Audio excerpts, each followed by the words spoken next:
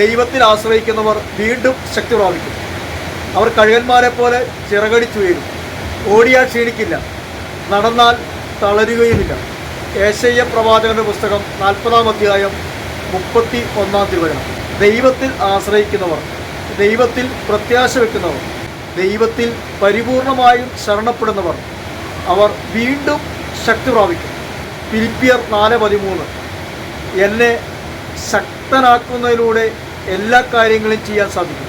എന്നെ ശക്തനാക്കുന്ന പരിശുദ്ധാത്മാവിലൂടെ എല്ലാ കാര്യങ്ങളും ചെയ്യുവാൻ എനിക്ക് സാധിക്കും. എൻ്റെ മകനെ, നീ യേശുക്രിസ്തുവിൻ്റെ കൃപാവരത്തിൽ നിന്നും ശക്തി സ്വീകരിക്കുക.